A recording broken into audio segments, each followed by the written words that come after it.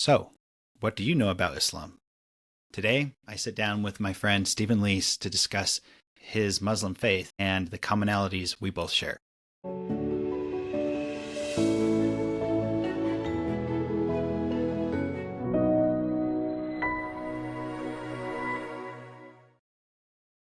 Welcome to Interfaith Conversations. I'm your host, Matthew McKnight. At Interfaith Conversations, we connect with each other's faith and beliefs. My goal is to help you learn more about religious and spiritual perspectives so that you can better understand, respect, and value faith traditions beyond your own. Through this journey we take together, the hope is also that you can become more self-reflective about your own views on faith and belief. Here, we seek to build respectful interfaith dialogue and religious literacy.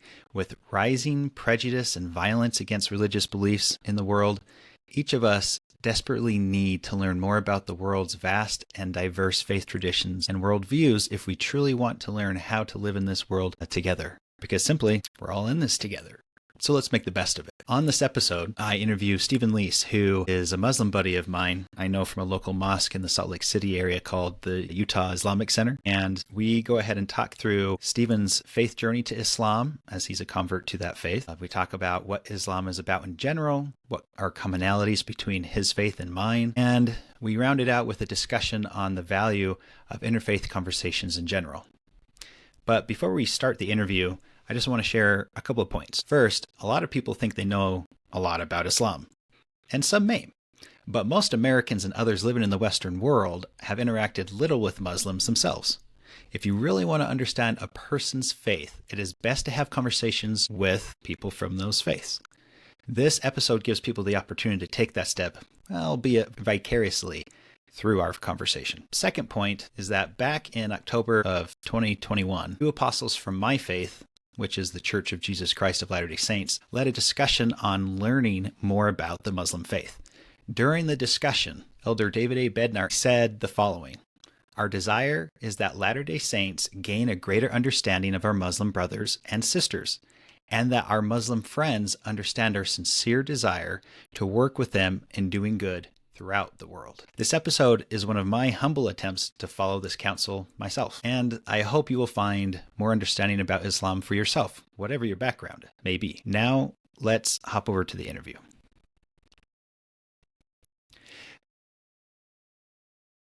Welcome, everybody, to Interfaith Conversations. I have a wonderful opportunity here today to be welcoming Stephen Lease here with us today. Stephen Lease is a Muslim who has been living in Utah for the last couple of years, has worked with a local mosque called the Utah Islamic Center. He recently has moved out of state, and we will definitely miss his presence here because of how wonderful he is with his outreach. He did a lot of outreach for the mosque and now is living in another place, but we're so glad that we could have you come on, Stephen, and share a little bit about your story and about Islam.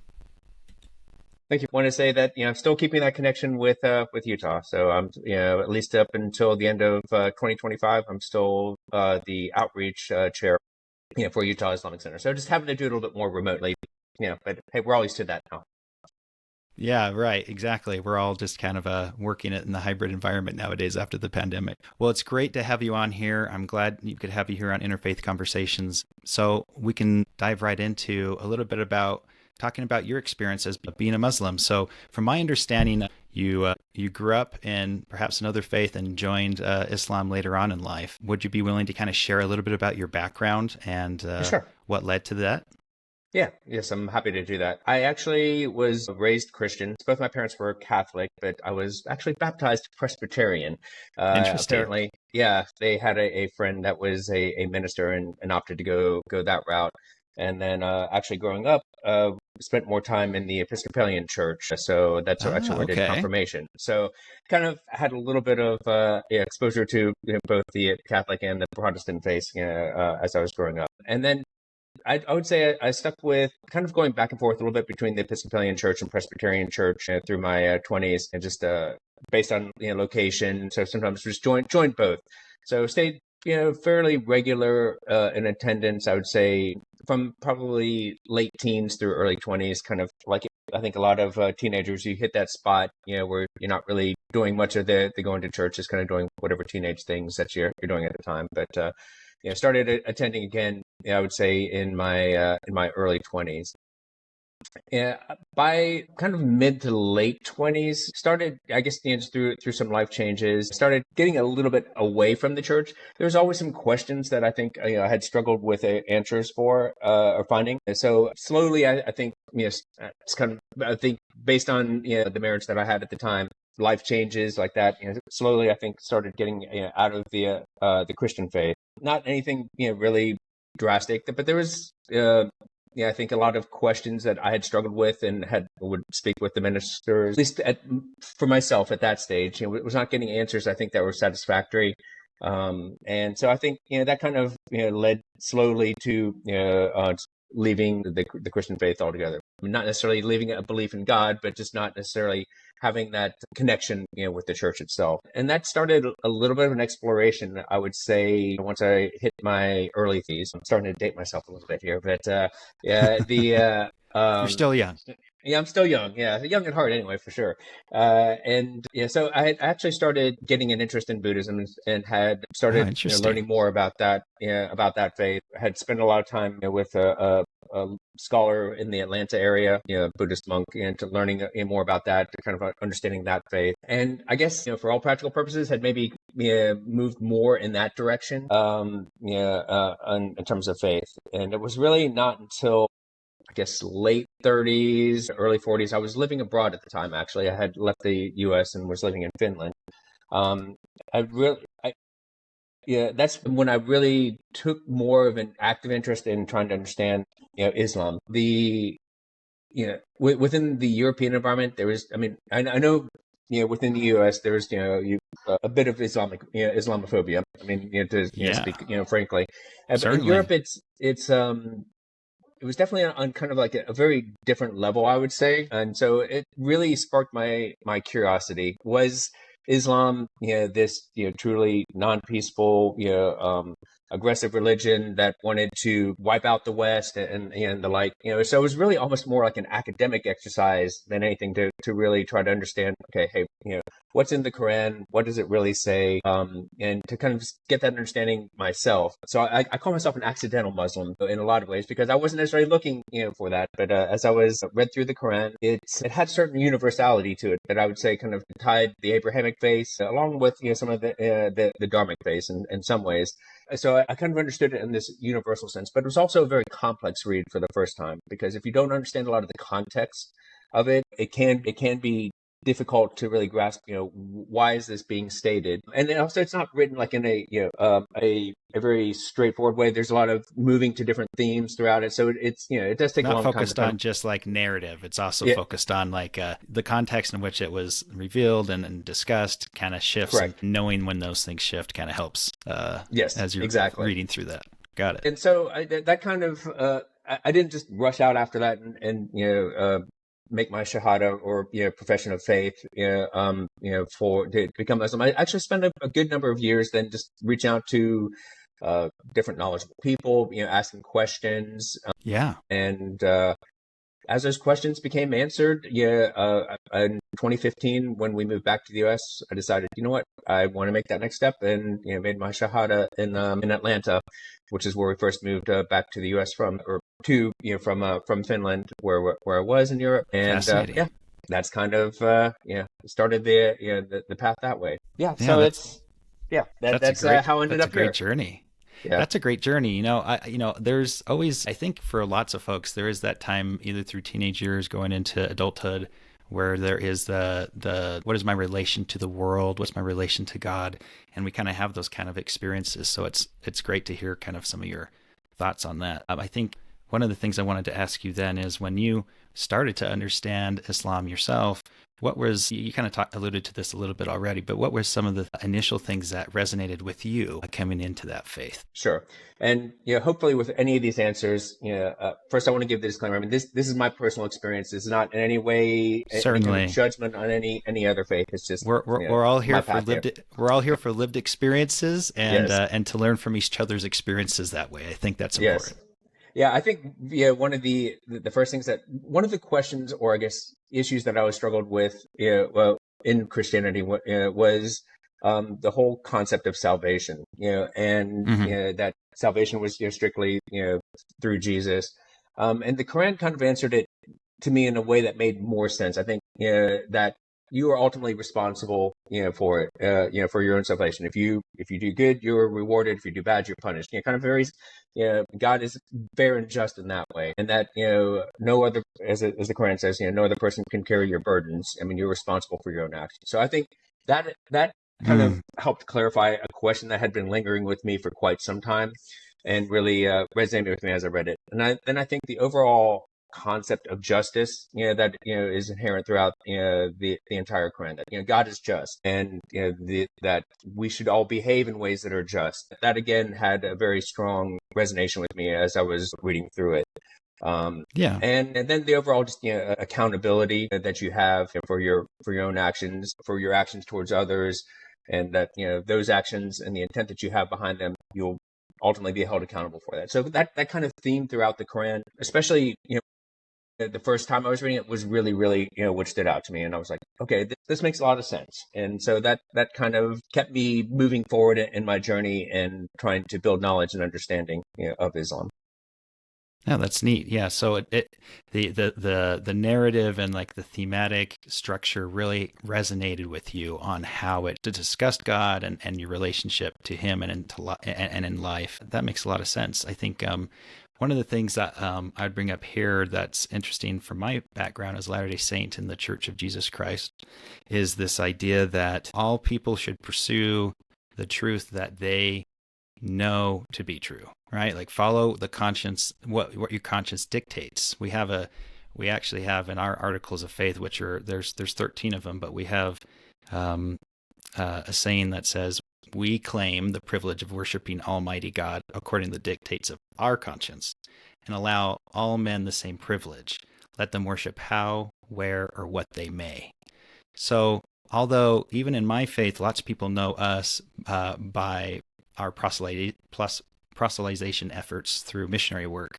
Obviously, we think that's important, but on the other hand, there's the other side that we think is just as equally important, which is people should follow what they know to be true, what they see to be, what is the good that they see, and to live that. And so to find that for yourself and to see that is a great win for you. So I'm glad you're able to find what kind of settles for you on those points. So when it comes to Islam, a lot of Americans and even people in my own faith, like you had said in your experiences in Europe, kind of have a caricature of Islam in their head. They see it as folks running around with swords in their hands, yelling God's name and, violence and things like that. But there's a lot of value and, many people in Islam that do not participate, in extreme behaviors or beliefs. And so could you kind of share some of the core essential beliefs of Islam as you understand them? Sure. Yeah, I'm more than happy to do that. And just kind of before I even go into that, I think it's very important to highlight Islam, like Christianity, like any world religion, has a lot of diversity, Totally. and just assuming that it's a monolithic type religion, I think is definitely one does a great injustice to the religion itself, but also Totally. I think it really expresses a misunderstanding of it, and it's and what the religion truly is. And before I have you start, I just had this thought that I had forgotten about, is to kind of help people who are listening to understand a little bit better context. Most people who are of the Islamic faith live outside the Middle East than live in the Middle East today. Right? Lots of people think it's obviously originated in the Saudi Arabian area, and that was really important context for Islam to grow. But as far as today, Indonesia, the fourth populous country in the world, has the most Muslim population out of any country. Yeah, but no 13%, almost 13%, I think, of all Muslims, actually reside in Indonesia. And that's pretty substantial when you look at the globe. And no one really thinks, at least in the West, not many people think about Indonesia, right? So like, there's so many good, and like you said, diverse views of Islam across the world. And so I think that's very, very fascinating. So as you go into that, feel free to and just to even comment on that one step further is, Indonesia was not it was not conquered by the sword by any stretch of the imagination. It was actually Islam spread there through trade, and because of how the Islamic traders, treated the local people, how they were fair. That really is what caught the attention. And so, I mean, it really, spread that way. I mean, and that's just even today, as a Muslim, and we talk a lot about it, ourselves, is how we behave. I mean, Islam has there's a certain perception people have of Islam. So how we behave in particular is going to say a lot more about the religion, than if you're just trying to even quote text or something like that. So I think that's a really, I mean, how it spread to Indonesia, I think is a really good example of how that works, in terms of the behavior being the key way of, introducing people and educating people about the religion. But yeah, for the core beliefs, it's when I first converted, or sometimes you'll hear the term reverted, to Islam. The reason for that is, there's a belief that we're all Muslim when we're born, and Muslim in a lowercase m, not that we're with part of the Islamic faith, but Muslim in the sense that we all inherently submit to God. That is truly part of our nature, and that's when we're born, we instinctively know to do that. But as you're introduced into society, through family, social ties, and the like, you can get led into different directions throughout that initial state of where you know to submit to Islam or submit to God. And so, I mean, the core beliefs of Islam kind of stemming from that. I mean, first and foremost is the belief belief in God. And when we say God, it's the same God that's spoken of in all the Abrahamic faiths. So the God of Abraham, the God of Isaac, or Ishmael, and the other prophets that people are familiar with. Exactly. At least from a Muslim perspective, there's not a difference on that. Just kind of as a side note, when I was living in Europe, I lived in Malta for about a year, which is the Maltese language is an Arabic-based language. It's a 98% Catholic country. If you look on the churches, you'll see Allah, Allah's name inscribed there because, again, Allah is the one God. It's kind of a thing just as a interesting side note. That's interesting. To further support that point. But the first and foremost, as a Muslim, you believe in God, and you believe that there is one God. That is I think really important too, because the oneness of God is something that is very important in Islamic belief. When sometimes when I've given presentations on Islam, like for the Meet the Muslims and other tours at the Utah Islamic Center, I normally say about the only thing that's truly extreme about Islam is that belief in one God. And so that does distinguish Islam a bit from Christianity, especially when we're talking about the Trinity. Certainly.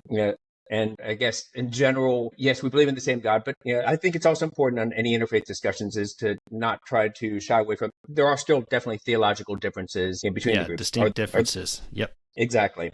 Not necessarily something that can't be overcome in discussion, but also to respect that those differences do exist as well. So first and foremost, you have, of course, the belief in God, and then you also have the belief in the angels as the next tenet of faith.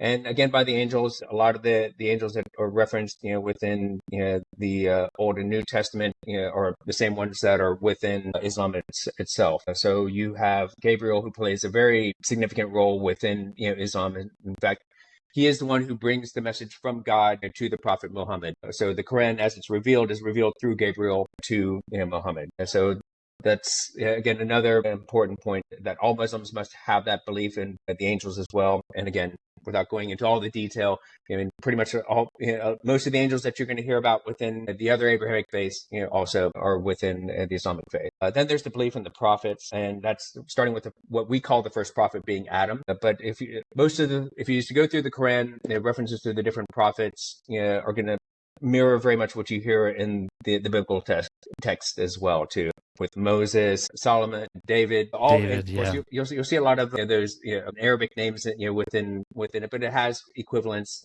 to what we'll read in the English names as well too within the Bible. Right, like we'll be used to like some of the Arabic names for folks that people would Dawood, know is like is a good that one for David, or like Yahya for John the Baptist, John the Baptist, or Isa for Jesus. Those are all just the same people with just the Arabic term for them. Correct. Yes. So and all of them all those prophets, are discussed in, different forms within the Quran as well.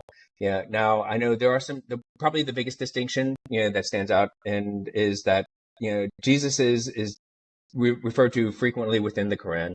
But Jesus is, distinguished from Christianity in particular, in that he is seen as being a prophet, not necessarily being the son of God. So again, highly revered within Islam, but a different understanding of Jesus and who Jesus is. But a lot of the same stories about the miracles that Jesus performed, are spoken about in the Quran as they are within the Bible, plus a few other miracles that are referenced in the Quran that are not, within the biblical text themselves. But Right.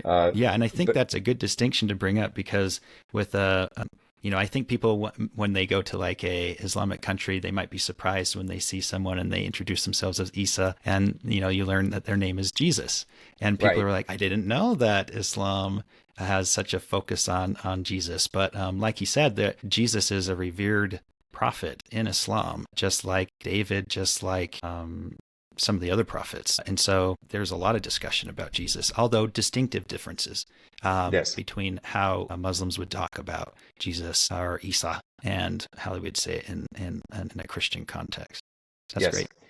Yep. So that's, and of course, Jesus' mother, Mary, is also very highly revered within Islam as well, too. Yeah. She has a whole Obviously, chapter in the Quran on yes, her, doesn't she? yes, yes, she does. Yeah. She So does. So it's, yeah, the virgin birth, is also, part of the miracle, that's spoken of in the Quran. And then, there's also, yeah, a lot, written about Mary herself, within the Quran itself. So I think it's important to know that she yeah. is also highly respected. And I mentioned that too because sometimes I know Islam may have, within the media and other forms, may look at Islam as being a lot of times anti, female, or sometimes of not, I guess, raising the status of women. But women, and in particular Mary, are obviously very highly revered, within the Islamic faith itself. So I think that's really important to point out, because I think that also kind of counters some of the misnomers about Islam as well too.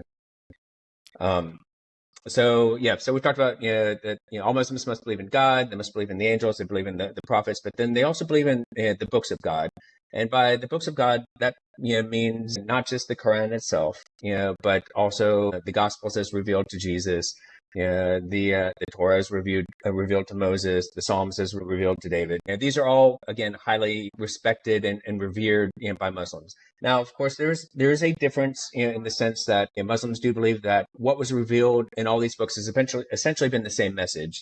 That's to worship one God. That's to help the poor through charity, to perform the prayers. But that over time, some of these texts may have inadvertently, or in some cases maybe advertently, been changed, so that what we had at the time that the Prophet Muhammad brought his message, was not what was revealed originally. And so the Prophet Muhammad came just essentially not to bring anything new, but to kind of reinforce what had been previously brought to the people, that all the prophets had brought to their people. So there is that, again, distinction. There's obviously a lot of respect for the books that have been revealed previously, but the Quran, of course, is considered that final revelation to, again, reinforce the message of the oneness of God and what actions that believers should perform.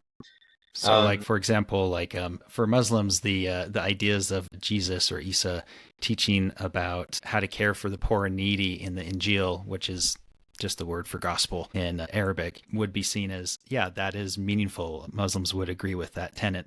But perhaps the other things in the New Testament talking about Jesus as the Son of God would be Correct. a distinction where there would be a disagreement on theologically between the view of Jesus for Muslims and the view for Christians. Yes, that is 100% correct. I was hoping that there'd be an opportunity to bring up this specific verse, and this seems like probably a good time. Sure. As any is.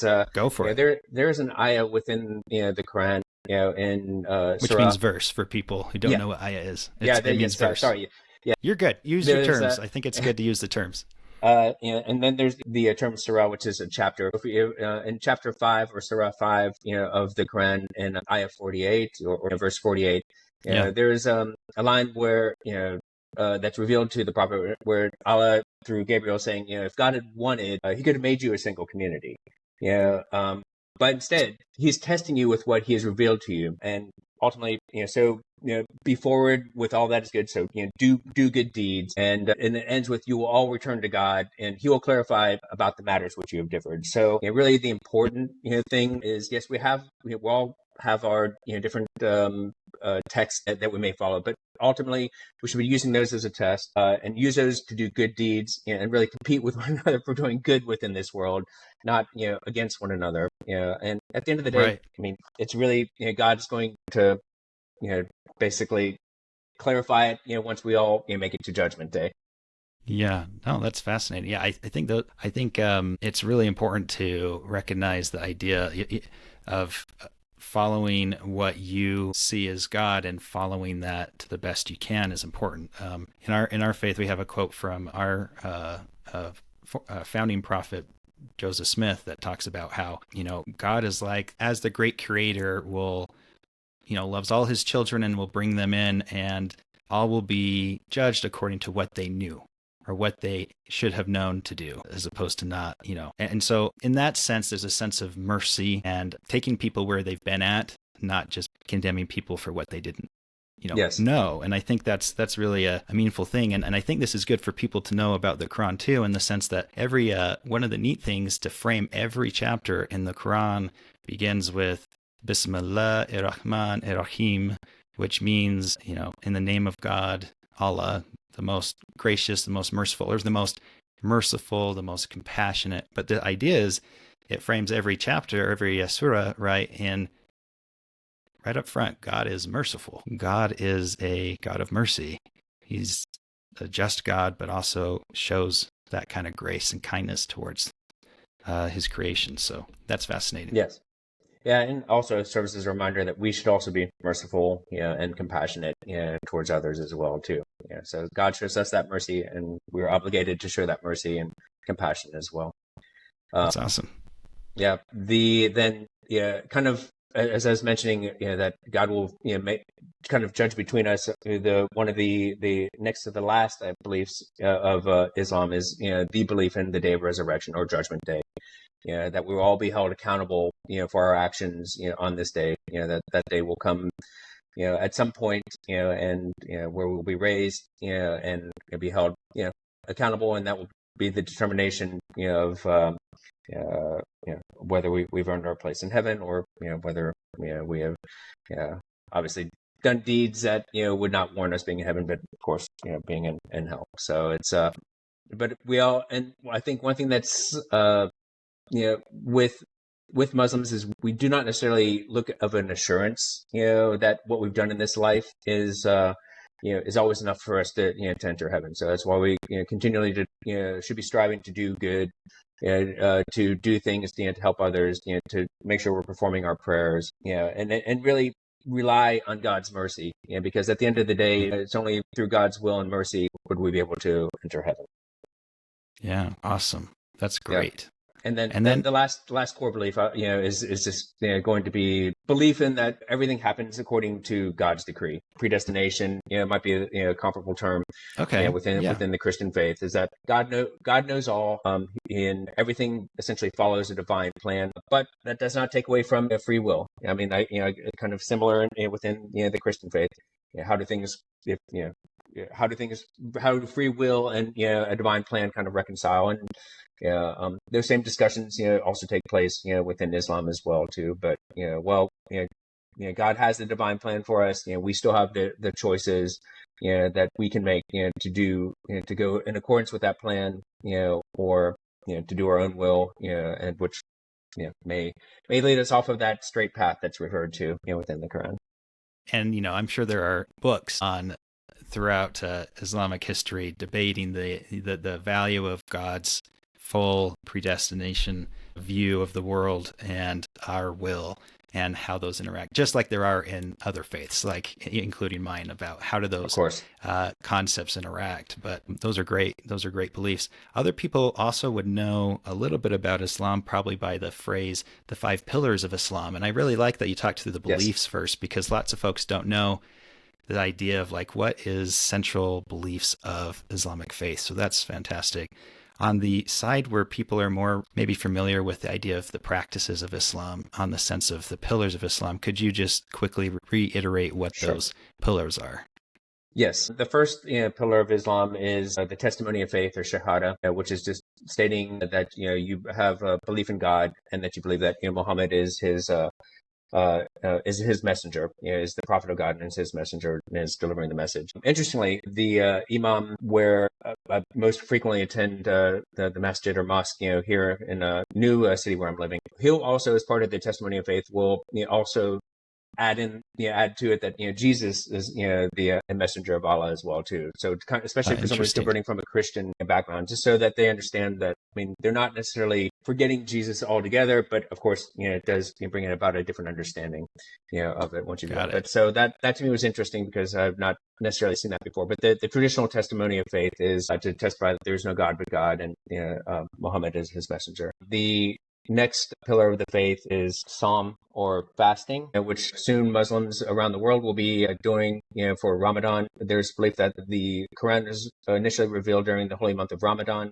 Ramadan is just a month within the calendar that was in existence at that time and still used today, the Islamic calendar, which follows a lunar cycle. So that's why it kind of moves a little bit throughout the year. So every Muslim should fast during that time for the length of that month, from the dawn until the sunset.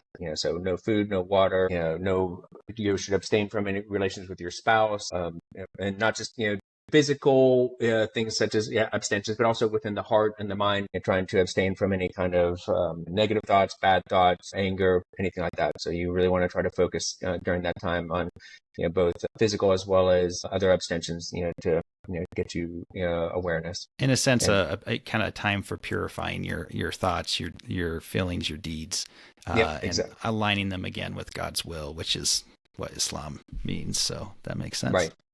Yes, and then you also have the pillar of zakat, which is the alms, in a sense, the alms or charity that that's mandatory to give to those in need. The distinction I normally call out in between this and the Christian charity is that we have again similar. We have a specified amount, 2.5% of your savings roughly. But one of the major distinctions is that it cannot be used for anything but helping those in need. So you could not take that money and put it towards building a church, building a hospital, or anything like that. It strictly is used for providing for those who are not able to help themselves. And then you have the Hajj.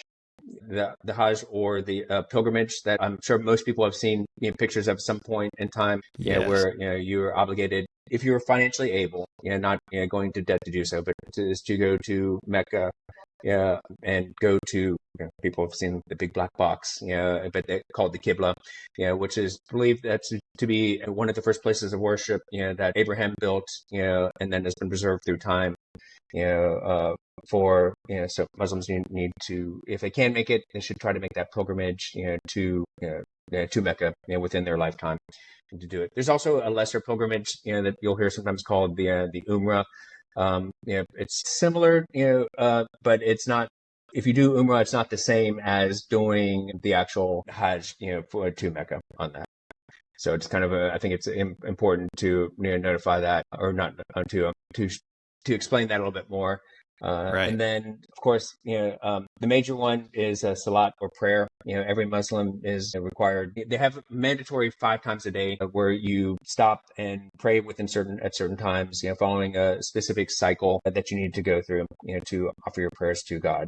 And just as a distinction, Muslims do these 5 prayers, but it's not the only prayers that they do. And we also do what we call dua, which is being able to pray for anything. Yeah, really. So if supplication is the term that we normally would use on that. But that's anything from, God, please help me with this problem, or, if you're a teenager, help me on this test, whatever the case might be. And that can be done in any language. Now with the Salat, or the obligatory prayers, those are required to be done in Arabic. So, every Muslim, must learn at least how to do those basic prayers, within the Arabic language. Yeah, that's interesting. Yeah, so it's almost like the 5 prayers for the day are kind of the ritualized prayers that have like a specific way to say them every time. And then, like you said, dua is this idea that you can also still pray outside of those times, but it's those are just for supplication for your own particular needs or wanting to just connect to God in an additional manner. Exactly. And then there's another aspect called dhikr, which is like a remembrance. And so as you're doing different actions, remembering that, it's all related to God. I mean, whether it's saying Bismillah before you eat, in the name of God, to when you leave a house. So these are all different remembrances, that you can also make. Yeah. So there's different ways that you're encouraged to remember, God throughout almost every action that you do throughout the day.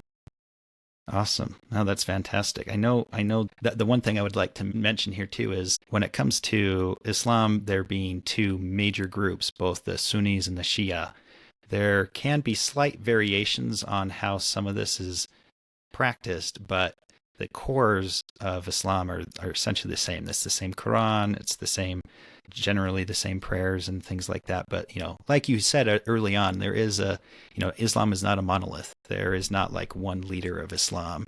There's Allah, like you said, there's Tawheed, there's that oneness of God, and everything else is subservient to that thought. That's fantastic.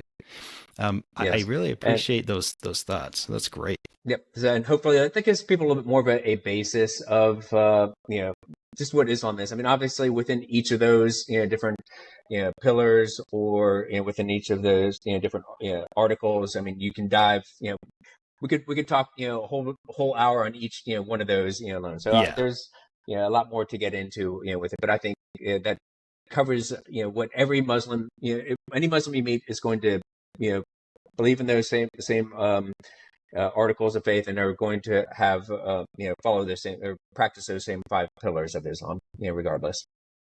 That's fantastic. Yeah, I think thanks for sharing those. I think transitioning to the points of how this kind of relates a little bit to my faith and also just how we see commonalities across our faiths. I think there's a lot that we can kind of uncover there. Even we could spend all day talking about that as well, I'm sure. But I agree. But I think some of the things that's really neat for me is I was introduced to Islam when I was in my 20s, especially when I spent some time in Jordan there, and then friends from that subsequently. So, I learned a lot as I went along, but, experiencing the other, I think, is a really important thing. And doing this in an online environment is a way we can do that as well. One of the things that my faith, the Church of Jesus Christ of Latter-day Saints, specifically in Christianity, is a few years ago, they came out with a pamphlet called Muslims and Latter-day Saints, Beliefs, Values, and Lifestyles. So it's kind of bring it up there on the screen for those that are watching. But the neat thing about the pamphlet is it was put together by both members of Islam or people of Islam and members of my faith, and worked together on what are some commonalities we have and what are some distinctive pieces. And it was a way to kind of work together to think about, we really do have a lot in common. Yes, we have very distinct differences on doctrine, like you had brought up earlier. We do have a different view of Jesus and his role to each other, but, with that important but there's still that, those other commonalities that we do share. Yes. Not just in those beliefs, but also in what we think is important in the world. And those who would like to see that, there'll be a link that you can kind of find that online, that specific pamphlet, because it goes through all sorts of things about the distinctions between our faiths. Like, both of us have a strong view of God. In our faith, we would say it's a testimony of God or a witness of God, but that's kind of similar in the sense of profession of God, like you had talked about, Stephen. And then there's also other things like we believe in prophets. We want to follow their teachings. A big thing for us between our faiths, I think that's really big, is our focus on helping those in need is really big. Yes. In our faith, we don't have the same word, I guess, for zakat exactly, but the way we do it in our faith is we end up giving 10% of what we earn to the church. The church uses that for all sorts of things. It uses it for helping build buildings. It helps keep the lights on, but it also does other things to help people. It helps publish material. But then we also have something called fast offerings. And what we do with that is when we fast at least once a month, which is similar. We go without food and water. And we're asked to take that amount of what we would have spent during that time, or even more, if we want to be generous, and provide that to the poor and needy. So there's ways that, we both align our values on caring for others, compassion, helping those that are outside our circle are all really important. And I think those are kind of some really big ways. I think what's kind of interesting too is when we were talking about Indonesia and the idea that Islam has more people of the Islamic faith live outside the Middle East than live inside the Middle East. That's also true for my Latter-day Saint faith. We have, most people think of us just living in Utah, living in the West, but there are more Latter-day Saints that live outside the U.S. now than live in the U.S. And so we both come from very global faiths. And so there is going to be different perspectives based on that level of global perspectives that I think are important to recognize, that are pretty neat. But I was going to ask you, what are some connections when you were living in Utah that stood out to you, that were commonalities between our faiths that kind of stood out to you? I think first and foremost was the focus on family. I found Utah, I think, is a wonderful environment for Muslims because of I think a lot of the shared values. I mean, not just the doctrinal parts, but also the values. Sure. It's a very family oriented. I think that emphasis on that from both faiths, I think is very important. Even things going emphasis on education, both faiths really, I think try to emphasize your continual learning, to improve yourself. So I think that's another thing that kind of stood out for me. And then of course there's other I guess other practices, and like when it comes to like alcohol, for example, that we share in terms of the prohibitions on alcohol too. So I think that's something that kind of again helps in kind of tying the two together and giving some common grounds to really be able to have these kind of dialogue. And I think also the history of the LDS in particular, obviously in the church's early history, faced a lot of discrimination, and I think because of that history, I think it's also made it a lot of the members of the faith sympathetic, maybe, or empathetic, sensitive, a little bit of both. Or, Sensitive. Not quite, to Muslims, especially when we have people coming in from Muslims who are coming from other countries, either as refugees or immigrants.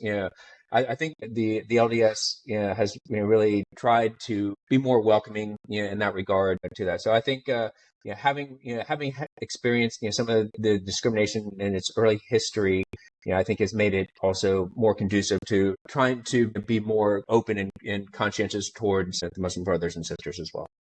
Yeah, I know. With our faith being my faith being still just under 20 million members themselves, it is quite small in the sense of both Christianity and even Islam, which is over 1 billion people on the earth. But I think that's a great way that connects us, is that through our lived experience of the past of being a minority focused faith and realizing the differences that or being exposed to other people's own biases really kind of harmed us early on in our history, having to move from different states, because in the U.S. back in the day, the Bill of Rights did not apply to the states; it applied to federal law enforcement or law actions. Even if the states were ridiculing and causing issues with people because of their faith or belief, it wasn't really resolved in that day and time because the states were the ones that were controlling the issues and the politics involved. But all that to say, I think, for us in our faith, the idea of refugees and those who need help, we have kind of a historical memory of that and want to kind of pay that forward to others who might end up in that similar persecution spot. So I think that's true. I think the other part that we could talk leaps and bounds about, but we don't have tons of time to talk about it, but is media. Kind of talking about how both of our faiths in the media seem to, we seem to get the time on the airwaves when things look weird or eccentric or extreme. Right. Yes. People make films about Latter-day Saints. They had a play on Broadway, kind of showcasing the Book of Mormon and things like that. And all of it's to trying to play off of tropes and things like that. And sometimes they might get something here right or something there right. But most of the time it's seen as, usually the media shows just the things that seem tantalizing or this will be a good story, not really the lived experience of members of both my faith and especially for Muslims. And so is there anything you could talk about, the idea of how Muslims are treated in the media in the US, and what are ways to kind of think through that a little bit to digest that? Because I know that's a big Yeah. box. But Well, and it's funny though. It's a little bit of a double-edged sword, but just because yeah, on the yes, the Islam unfortunately does get a lot of negative media portrayal. I mean, there's no doubt about it. I mean, word terrorist comes up within the media. Most people's mind goes straight to Islam with it, whether there's any relation or not. So I mean, I think it's hard because it almost puts most Muslims into being into like a defensive or apologetic state, trying to defend the religion. Which, if you take it at its face value, I mean, nothing in Islam is going to justify any kind of terrorist type actions like that. So, but it's right, people most of the time don't get to that level to understand that. But on the flip side, interestingly enough, I think the media portrayal has also introduced people to Islam, in yeah, good different point. ways. Like even for myself, I mean, initially, probably prior to 9/11, which would have been the big event when I was younger, that really brought Islam into the media's attention. I mean, yes, of course, I was aware of Islam. I can't say I thought a whole lot about it, but definitely after that, I was like, the I definitely wanted to understand a bit more about it, and I would say that was probably a precursor to really diving into it a little bit, later on, about 10 years after that event. And you see every time there's a negative event, that's happening that that involves Islam, it normally does also spark people to become interested in it, and try to understand it more. And we'll see a request to visit the mosque or the masjid go up. Definitely over the past year and a half, we've seen a lot of conversions happening just because of the publicity of of course what's happening right now in Israel and Palestine. So it's hard because, I mean, of course, the media is going to try to do what they can to get people to watch. And so it's I think that's Sure. really hard to work against. But fortunately, I mean, I think there's a lot of people who also understand that inherent bias within the media, and look deeper, and it actually leads them closer to the faith, as opposed to another extreme. So it's that's why I say it's a bit of a double-edged issue, because Yeah, a bit of a it mixed has bag. inadvertently led to positive as well too. Yeah, and then that's a good point to bring up. There's ways, and I think both our faiths are used to this in the sense of like, how do you take lemons and make lemonade? Where it's like there's something that has some bad exposure, or at least perceived bad exposure, but how do you make it kind of a positive for people to understand your faith better? And two things that come to mind with that is, I know a little bit, and sorry if I botched this context, but I know when early on, when the Prophet Muhammad, peace be upon him, was teaching, one of the things that people were worried about was persecution in Mecca themselves. And Yes. one of the things that was revealed in the Quran is, when disbelievers come to you and kind of ridicule you and try and tease you or whatever it may be, the answer is salam. The answer is peace. Fire with fire. That's not how you solve a situation. You put out Yes. fire using water. You use the calming effect to help improve people. And I think one of the things that's interesting with I don't know if this has become legendary or if this has now become a tall tale, but from what I've been told, when the Broadway did play the Book of Mormon in the playbills that you pick up to go to your seats, the church asked if they could put in an insert to say, if you'd like to learn more about our faith, please look at this link. Oh, interesting.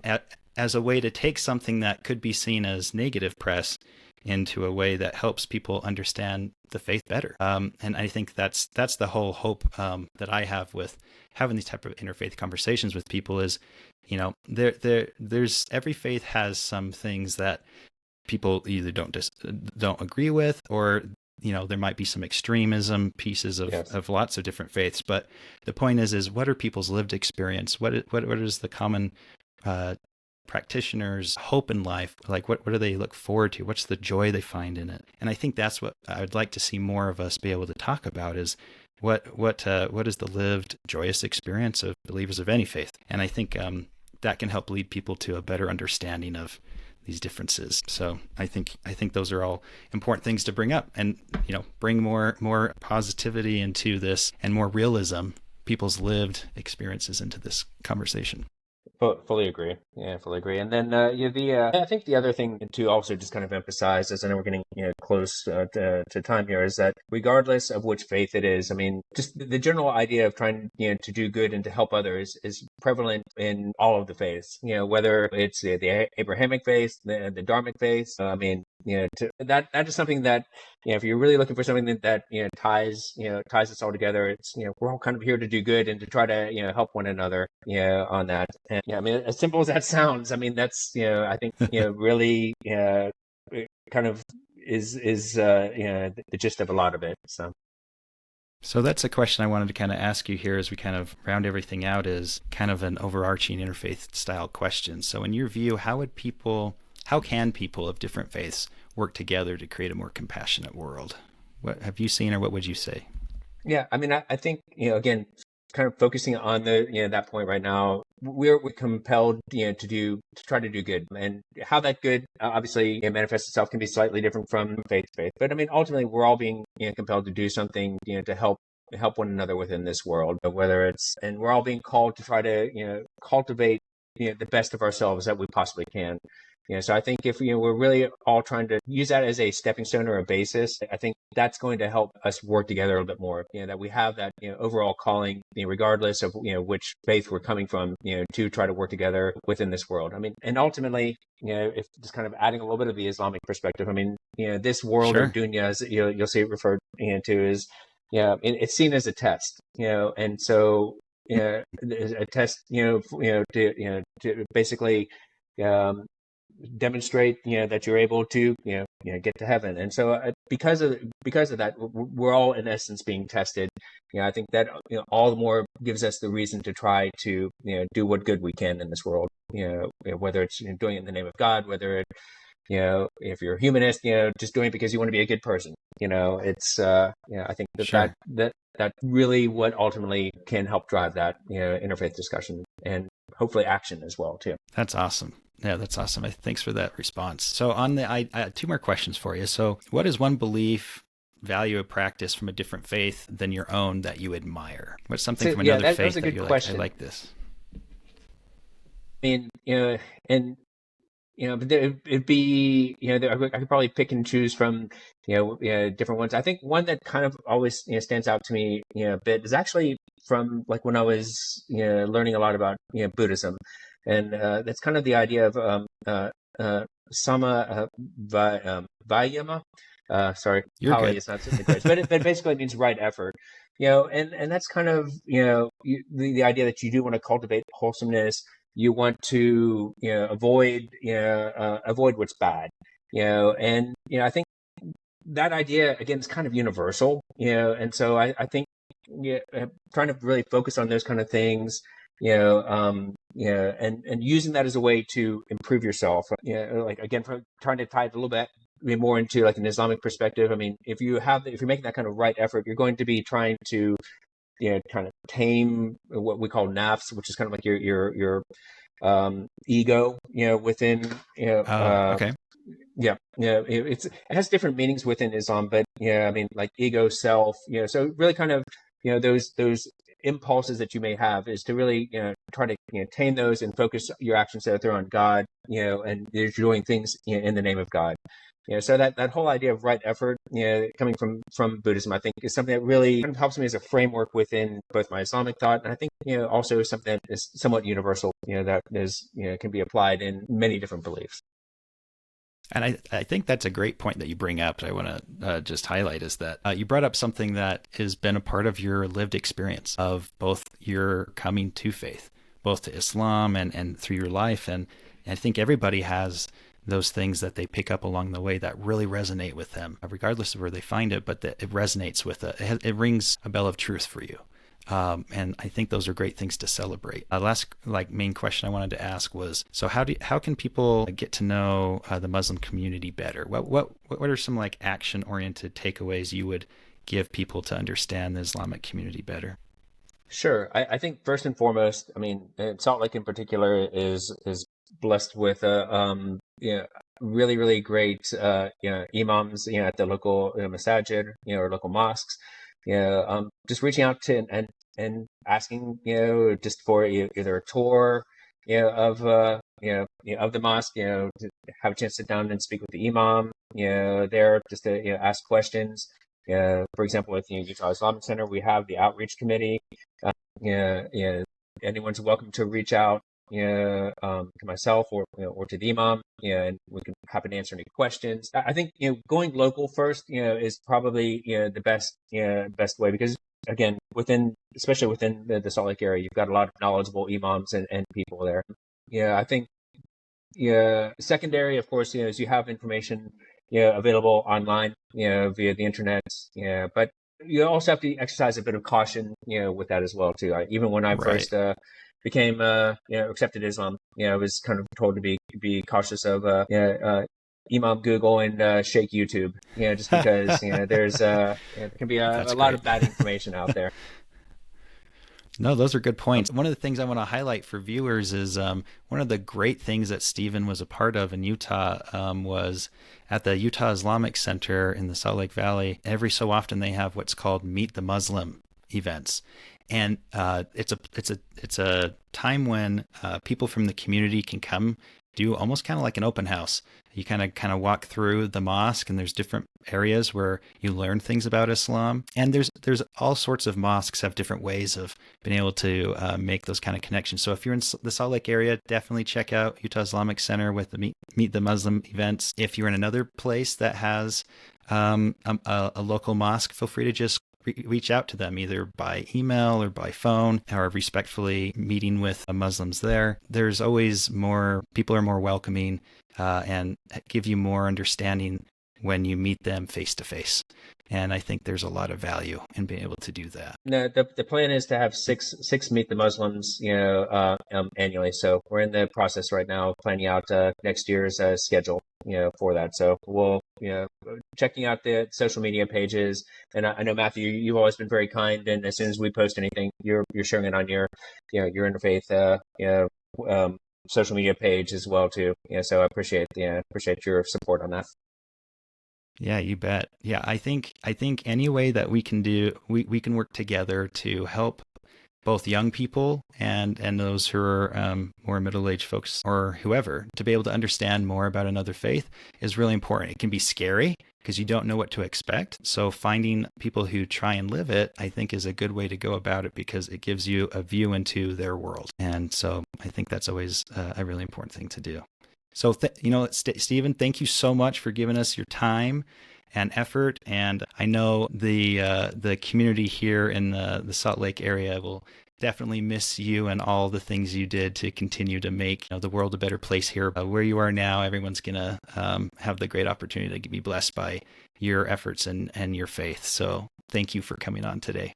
And thank you very much for taking the time to speak with me. It's been a pleasure, Matthew, and definitely, really, may God reward you for the efforts you're doing to increase awareness amongst the different faiths, and doing a lot to help build those bridges between the different communities. Perfect. Well, thank you so much. Thanks for tuning in to my interview with Stephen Lease. I really appreciate Stephen's calm and humble disposition, and for his willingness to share his own faith experiences with us that he's had through Islam. If you would like to see more content on Interfaith Conversations, please consider liking this video and subscribing to the Interfaith Conversations page and channels that we have. You can find us on YouTube, Facebook, Spotify, and Apple Podcasts, as well as on Instagram. Now, whether you say shalom, salam, or namaste, you can be the change the world needs today.